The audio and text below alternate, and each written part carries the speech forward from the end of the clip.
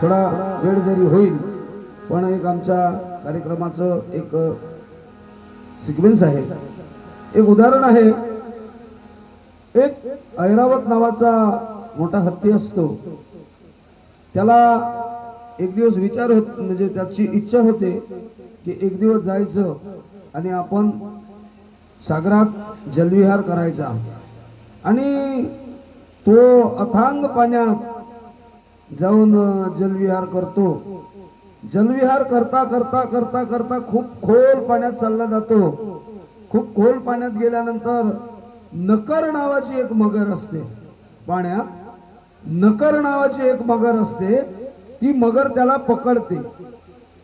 पकडल्यानंतर हत्ती भरपूर प्रयत्न करतो, कारण आपल्याला माहित आहे हत्ती हा बलशाली आहे.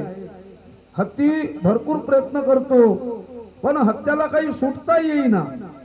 सुटता न आल्यामुळे हत्ती काय करतो की सगळे आपले सवंगडी बोलावतो की बाबा मी या संकटात अडकलेलो आहे, या नकर नावाच्या मगरीच्या बेडक्यामध्ये अडकलेलो आहे, तर मला तुम्ही येऊन बाबा सोडवा, कारण माझी सुटका करा, कारण मला सुटता येईना.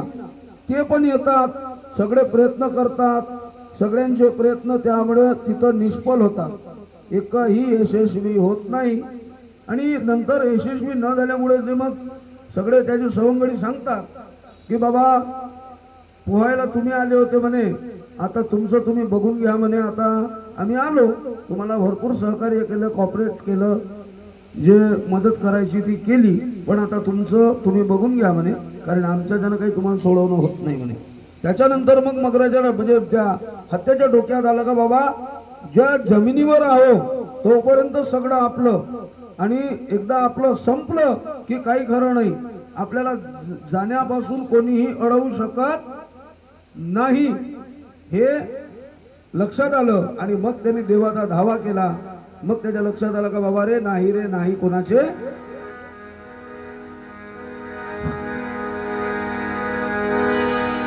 बहीण कुणाची. आपण जागोजागून आले असाल, WCL मुळे सगळ्यांचे वाद व्हायला लागलेत. 2.5 एकर जमीन, 2 शीटा, बहीण म्हणते मला शीट, भाऊ म्हणते मला शीट. एकालाही शीट होत नाही, कारण 2.5 एकरावर एकच शीट आहे. सगळे रिश्ते नाते तुटायला लागलेले. बहीण कुणाची, भाऊ कुणाचा, बहीण कुणाची, भाऊ कुणाचा, कोण कुणाचे सगळे सोयरे. बहीण कुणाची, भाऊ कुणाचा, कोण कुणाचे सगळे सोयरे. मेल्या मागे सर्वराई.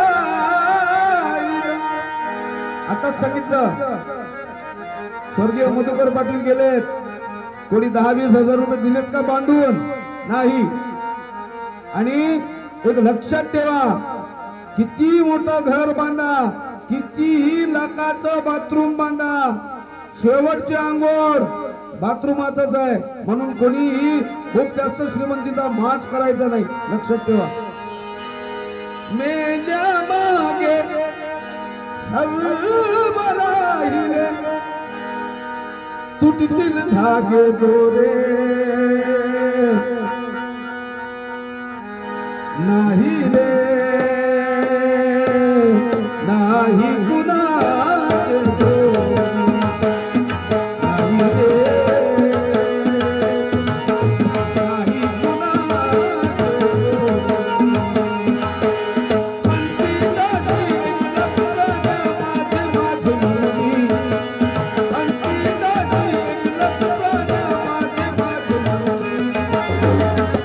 नाही रे नाही कुणाचे कोणी, नाही रे नाही कुणाचे कोणी.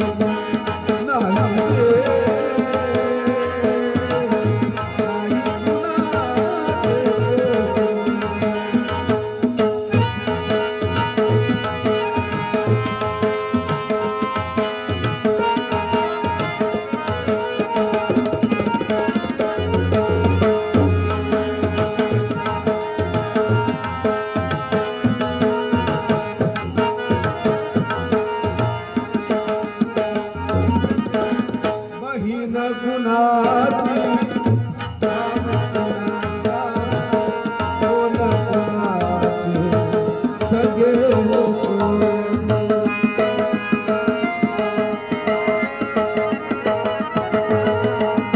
बहीण गुणाची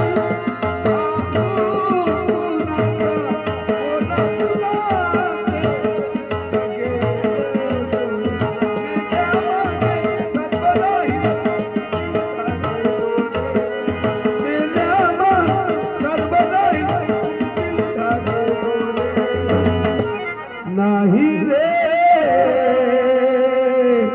नाही कुणाचे कोणी, नाही रे नाही कुणाचे कोणी.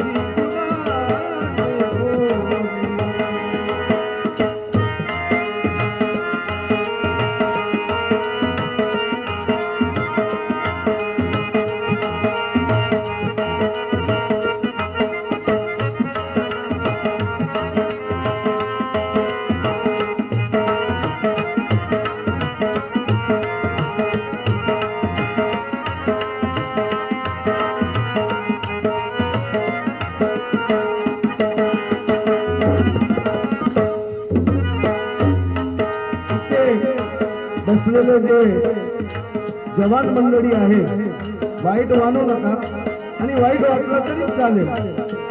इथे जे जवान बसलेले मंडळी आहेत त्यांना असं वाटतं की हे भजन कीर्तन हे फालतू आहे म्हणे, पण संतांनी भजन का केली हे सांगून टाकतो तुम्हाला. वाईट भावना नाशावया, लक्ष द्या जवान मंडळी, लक्ष द्या जवान मंडळी असतील तर. वाईट भावना नाशावया, समाज सुस्थितीत नांदावया. वाईट भावना नाशावया, समाज सुस्थितीत नांदावया.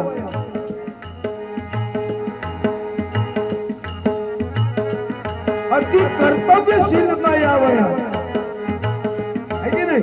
वाईट भावना नाशावया, समाज सुस्थितीत नांदावया, अति कर्तव्यशीलता यावया.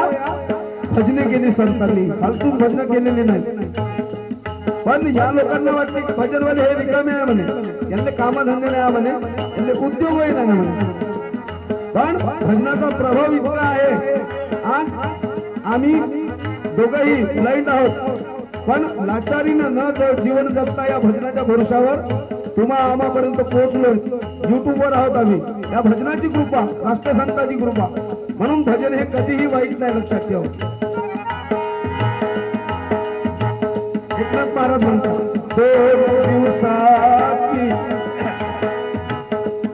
दोन दिवसाची तुझी जवानी पुढे नाही टिकणार.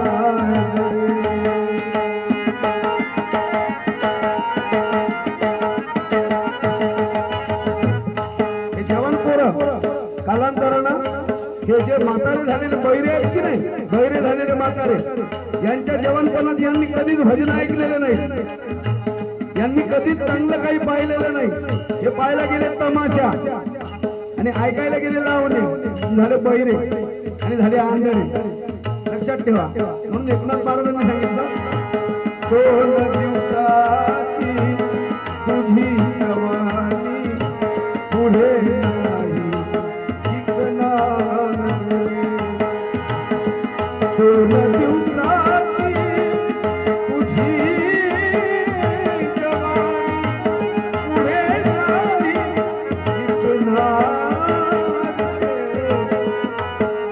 कृतकाळ गवडी येता वैद्य काय करी, कृतकाळ गवडी येता वैद्य काय करी. नाही रे